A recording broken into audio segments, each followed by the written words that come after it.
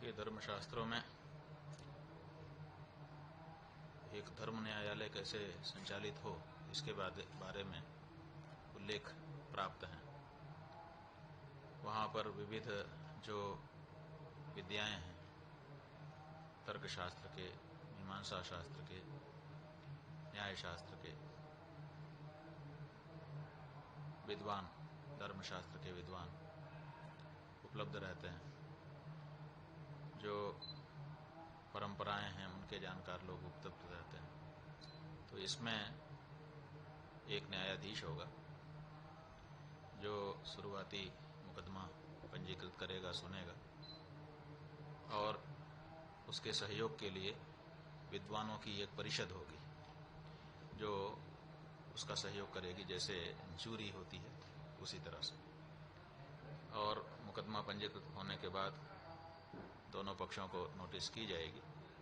दोनों पक्ष अपना अपना लिखित प्रतिवेदन करेंगे, फिर सुनवाई शुरू होगी। कब जो है धर्म न्यायालय की स्थापना की जाएगी और किन किन मामले जो है कौन से मामले यहाँ पर सुने? ये 15 दिन का समय है। हम लोग ये चाहते हैं कि पूर्णिमा जो आने वाली है उस दिन या उसके दूसरे दिन से ये न्यायालय यहाँ पर आरंभ कर दिया जाए। जहाँ तक मुकदमों की प्रकृति की बात है तो हम लोगों ने स्पष्ट किया है कि जो फौजदारी के मुकदमे हैं या जो दीवानी के मुकदमे हैं, सिविल मैटर, उसको जो कोर्ट पहले से भारत में स्थापित हैं वो सुनेंगी। जो धार्मिक मामला होगा, जिस मामले में अभी भारत सरकार ने कोई कानून नहीं बनाया है और धर्मशास्त्रों के आधार पर ही अभी भी उसमें फैसला होता है, कोर्ट में भी सुनवाई होती है तो धर्मशास्त्रों के आधार पर ही सुनवाई करनी पड़ती है। लेकिन कोर्ट में वैसा वातावरण नहीं है कि शास्त्रों को ठीक से रखा और समझा जा सके। इसीलिए वो सब मुकदमे जो धर्मशास्त्र से गवर्न होते हैं वो यहाँ पर सुने जाएंगे। मुंबई के बाहर भी कई ऐसे मामले हैं, क्या यहाँ पर एक विशेष सुविधा बनाई जाएगी? क्योंकि बाकी इलाकों से भी ये जो धर्म न्यायालय स्थापित हो रहा है ये पूरे विश्व के लिए ही हो रहा है। जगह की दृष्टि से इसका क्षेत्राधिकार नहीं देखना है, धर्म की दृष्टि से इसका क्षेत्राधिकार देखना है।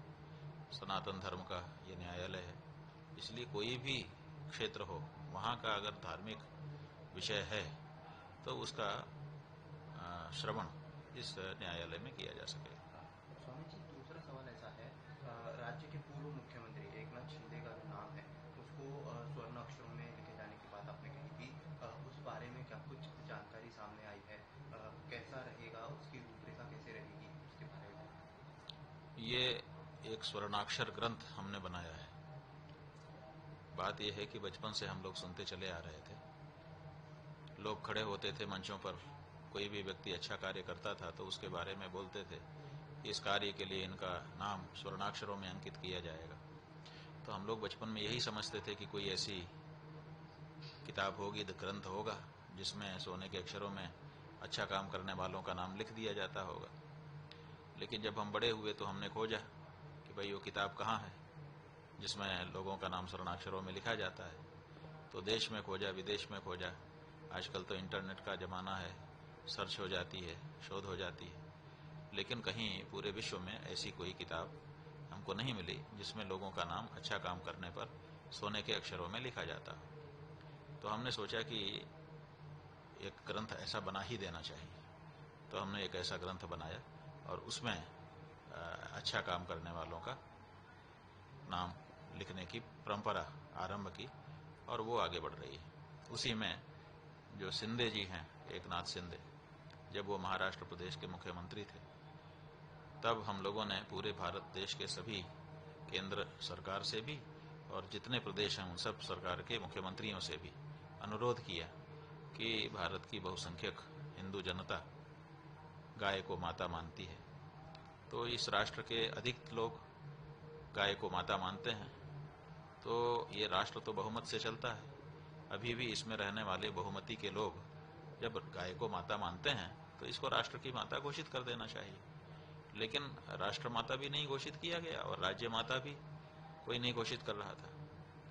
गाय को मां कहने में पता नहीं किस कारण से हर पार्टी के राजनीतिज्ञों को संकोच हो रहा था। ऐसे समय में एकनाथ शिंदे आगे आए और उन्होंने कहा कि ये बिल्कुल सही है, गाय हमारी माता है। और छत्रपति शिवाजी महाराज ने भी गौ रक्षा का प्रण लिया था। उनका जो बाल्यकाल था उसमें ही गाय को पकड़ कर ले जा रहे व्यक्ति के साथ उनका संघर्ष हुआ था।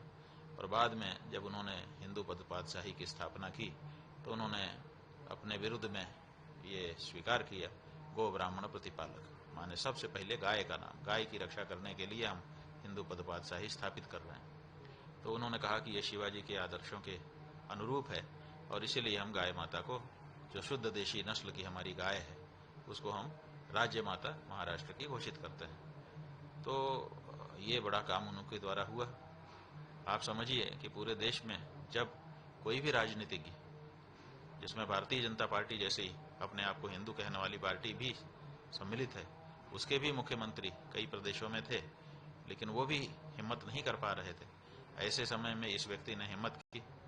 तो ये जो उनका साहस है और ये जो शिवाजी महाराज के आदर्शों पर चलने के लिए उनके अंदर इच्छा है और जो हिम्मत है राजनीतिक, उसने हम लोगों को बहुत प्रभावित किया और इसीलिए हम चाहते हैं कि ऐसे व्यक्ति का नाम स्वर्णाक्षरों में अंकित किया जाए।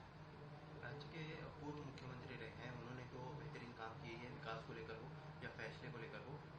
राज्य के वर्तमान में जो प्रधानमंत्री है उनका भी कार्यकाल जो है काफ़ी लंबा माना गया है। अभी आंकड़े के हिसाब से देखें तो 4000 से ज़्यादा दिन जो है उन्होंने कार्यकाल किया है अपना। और इंदिरा गांधी जी जो है उनको उन्होंने पीछे छोड़ा है, सबसे लंबे समय तक वो प्रधानमंत्री रहे हैं।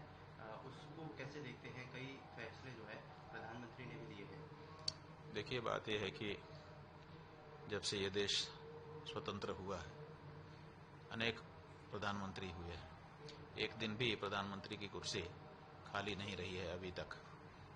रोज प्रतिदिन कोई न कोई प्रधानमंत्री रहा होगा। और अगर 365 या 360 जितना भी आप जिस तरह का वर्ष गिनते हो, अगर उसको 75, 76, 78 साल में गुणा कर दें तो जाने कितने हजार दिन निकल करके आ जाएंगे। इतने हजार दिन प्रधानमंत्री लोग रहे हैं और देश के बहुसंख्यक लोगों की भावना थी कि गौ हत्या बंद हो। आज तक तो बंद नहीं हुई ना।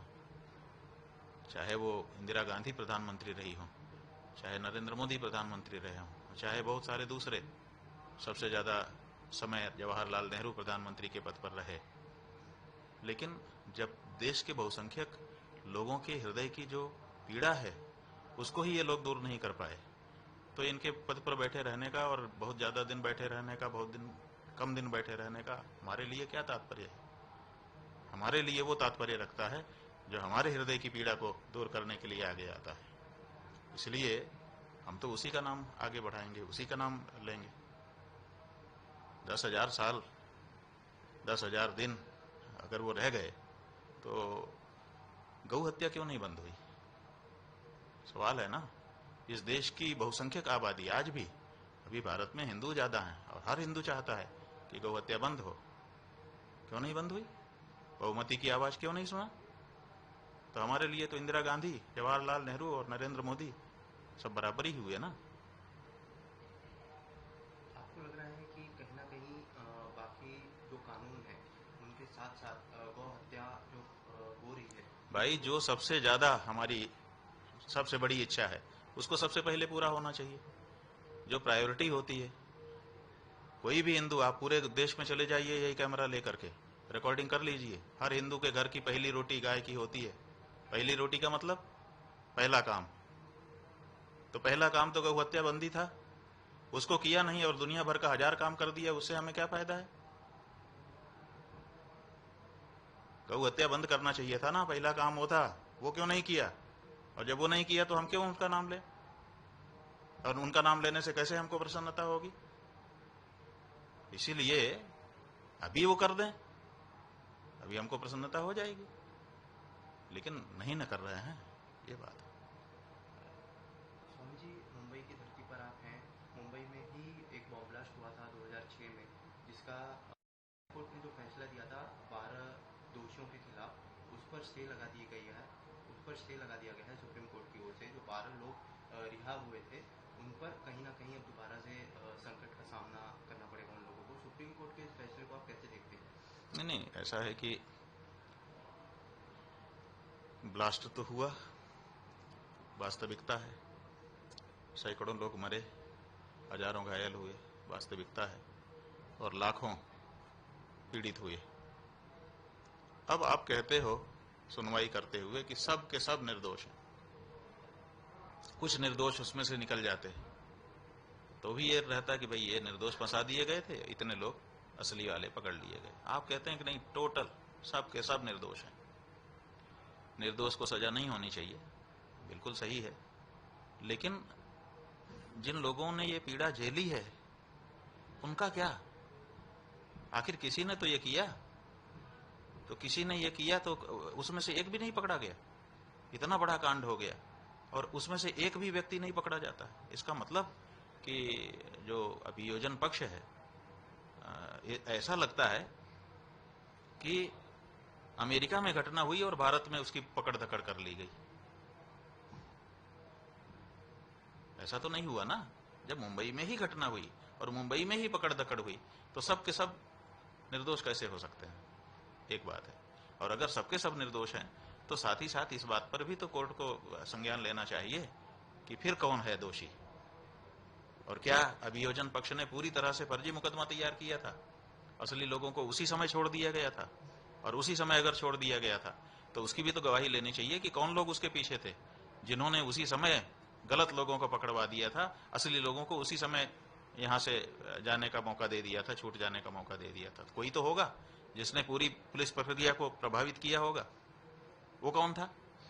क्या उस बारे में नहीं संज्ञान लेना चाहिए और उस बारे में कोई चर्चा नहीं करनी चाहिए थी?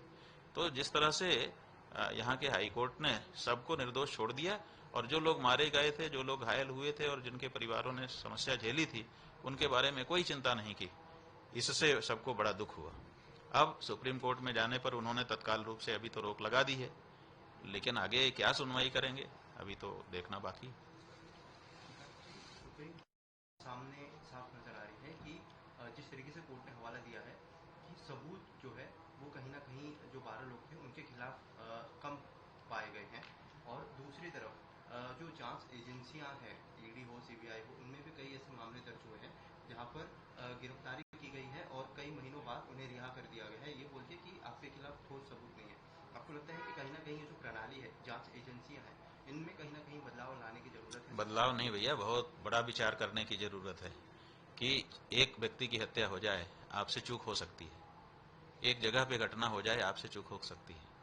एक ही दिन में सीरियल ब्लास्ट होता है, जगह जगह पर होता है, जाने कितने लोग मारे जाते हैं, जाने कितने लोग पकड़े जाते हैं, और आप एक भी असली अभियुक्त नहीं पकड़ पाते हो।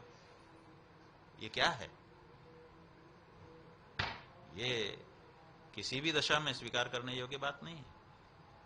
ठीक है, उसमें जितने भी लोग थे उनमें से एक पकड़ा जाता, एक तो दोषी होता कम से कम, लेकिन एक भी दोषी नहीं है। इसका मतलब कि हम तो यही कह रहे थे, इसका मतलब कि मुंबई जो है वो चमत्कारी शहर हो चुका, यहाँ अपने आप घटना घटती है, कोई उस घटना को घटाता नहीं। और अगर ये परिभाषा बन गई तब तो फिर भविष्य में जो भी घटनाएं होंगी उनमें कोई पकड़ा ही नहीं जाएगा। तब तो घटना करने वालों का मन खूब बढ़ जाएगा कि हम तो छूट ही जाएंगे, यहाँ तो अपने आप घटना होती है। अगर ये परिभाषा हो गई तो क्या होगा मुंबई कर्स का? बहुत बड़ा मामला है, कोई छोटा मामला नहीं। महाराष्ट्र में हिंदी मराठी का मुद्दा एक बार फिर गर्माता हुआ दिखा है। मराठी को लेके पिछले एक महीने से लगातार जो है आपत्तिजनक टिप्पणी की जा रही है राजनेताओं की ओर से। वीडियो सामने आ रहे हैं यहाँ पर मराठी न बोलने को लेकर जो हिंदी भाषी है उन पर मारपीट की जा रही है। ऐसे में जो गवर्नर है महाराष्ट्र के, उनका भी एक बयान आता है कि इस तरीके की घटनाओं से जो महाराष्ट्र में बिजनेस है उस पर इम्पैक्ट पड़ेगा मराठी का और हिंदी का, जिस तरीके से विवाद चालू है। आपको लग रहा है कि स्पेसिफिक जो है बिजनेस को टारगेट देखते हुए इन मुद्दों को छुपाया जा रहा है? बात यह है कि ये जादूगरी है, एक जादूगरी वाली राजनीति है। वो जादूगरी वाली राजनीति क्या करती है कि हाथ ऐसे तेजी से उठाती है और ऊपर हिला हिला करके गिली गिली गिली गिली करती है। तो जितने दर्शक होते हैं उन सबका ध्यान इधर चला जाता है और असली काम इस हाथ से यहाँ नीचे हो जाता है, उस तरफ कोई देखता नहीं, और बाद में जब नीचे लाते हैं तब तक वहाँ काम हो चुका होता है। तो ये गिली गिली वाली राजनीति है कि असली मुद्दे से ध्यान भटका के उस पर ले जाओ और फिर लोगों को वहीं पर बिजी कर दो और इधर जो करना है वो कर लो। तो जो जनता की असली समस्याएं हैं उन समस्याओं से ध्यान भटकाने के लिए ये प्रायोजित घटनाएं होती हैं।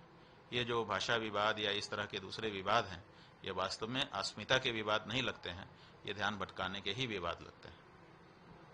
जो जादूगरी की बात कही, असली जादूगर कौन है जो जादू कर रहा है? अरे भैया, इस समय असली नकली पहचानना कठिन हो गया है, क्योंकि हर राजनेता अब जादूगरी का हाथ आजमा रहा है। गिली गिली गिली गिली गिली गिली। और दूसरा एक सवाल ऐसा है कि मराठी का जो विवाद है वो तो लगातार शुरू है। ऐसे में जहाँ से ये विवाद ने चुल पकड़ी थी, उद्धव ठाकरे और राज ठाकरे जो दोनों भाई है, दोनों अलग अलग राजनीतिक पार्टी में है, लेकिन दोनों का एक साथ आना महाराष्ट्र के लिए लाभदायक होगा, ऐसा कई लोगों का मानना है। आप भी काफ़ी समय से इन चीज़ों पर नज़र बनाए हुए हैं, कैसे नहीं, हम राजनीति के पंडित नहीं हैं और न राजनीति के पंडित होना चाहते हैं। हमारा क्षेत्र धर्म है, हम धर्म के ही क्षेत्र में बने रहना चाहते हैं, वहीं से अपनी सेवाएं समाज को और देश को देना चाहते हैं। राजनीति में क्या हो रहा है क्या नहीं हो रहा है ये राजनीति वाले जाने। जहाँ तक परिवार के मिलने की बात थी तो हमसे लोगों ने पूछा था और हमने कहा था कि भाई भाई भाई मिलें तो मिलना ही अच्छा लगता है, बिछुड़ना अच्छा नहीं लगता है।